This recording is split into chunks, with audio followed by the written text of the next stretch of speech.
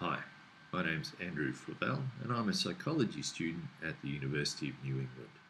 This video is designed to help those of you who are looking at quitting smoking. So, you've decided to quit smoking. Well, it's not going to be easy, but as you're watching this video, you're obviously looking at planning how best to go about it. Fantastic. So, let's look at ways we can actually plan and hopefully make this a successful endeavour. My suggestion is that you don't jump in with both feet and quit today, but you take a little bit of information over the next week about your smoking habits so that you can plan for the things that are your major triggers in terms of smoking.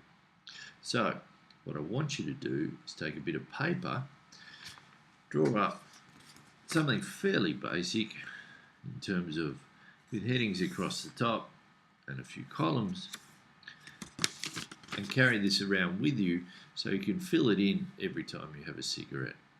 By all means, do it on a computer, but make sure that you print it out and have it with you along with a pen so that when you are smoking, you can fill it in and record the details. So what do we want? Well, we want a column for date and time. We also want details on location. So, is it at work, at home, in a cafe? These sort of details. We also want to know who you're smoking with. Is it alone? Is it with a work colleague or friends? If it's with friends, who is it with? What immediately preceded your smoking? So, did you just have an argument with your boss? Was work particularly stressful at that time?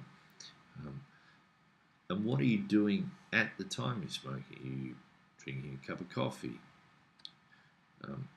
The final column, just leave that one blank. We want to put in any comments that you think are relevant. After all, you know you're smoking better than anyone else and you know what triggers it. If you feel that things aren't covered in the preceding columns that are relevant, this is your chance to actually put something in there. So, having developed that over the next week, we'll then come back and we'll look at that and we'll look at ways to actually deal with some of those triggers. So go pause the video now and we'll come back in a week's time and we'll look at that. So how did you go? You got all the information now? You got your week's smoking habits down on a bit of paper and you've had a look through them. Now what you're looking for is things that you can clearly identify as triggers for your smoking. Now, obviously I don't have your specific information in front of me, but I'll talk about some common triggers to smoking. Work stress is a common trigger to smoking. Now, while it would be fantastic to remove all stress from your work environment, it's probably not that realistic. So we can't remove work stress. We probably have to look at alternative behaviours to smoking to deal with that. There's many simple alternative behaviours that you can do. Things like stress balls, breathing exercises, simply getting up from your desk and going and grabbing a glass of water from the kitchen, or like you do when you have a cigarette, get up, go outside, but instead of actually lighting up once you get out there, go for a walk around the block.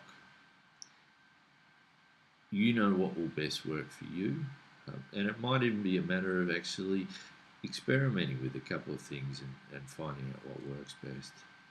Another common trigger is boredom. Standing at the train station and light up. Try an alternative behaviour to that. Pull your phone out, play a game of Angry Birds or Sudoku or whatever it is that you normally play on your phone, or read a book.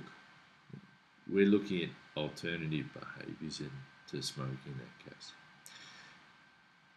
Now, for smokers, there's a number of things that are associated with smoking. For example, coffee is a common one.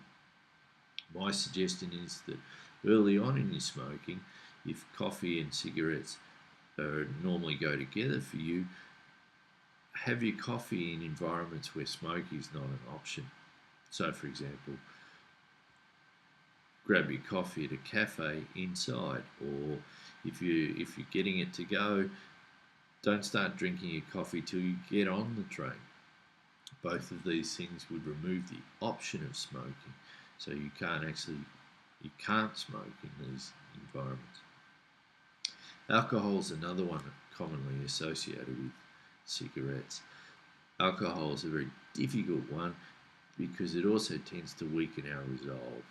So my suggestion here is try not to drink too much early on in the stages of quitting.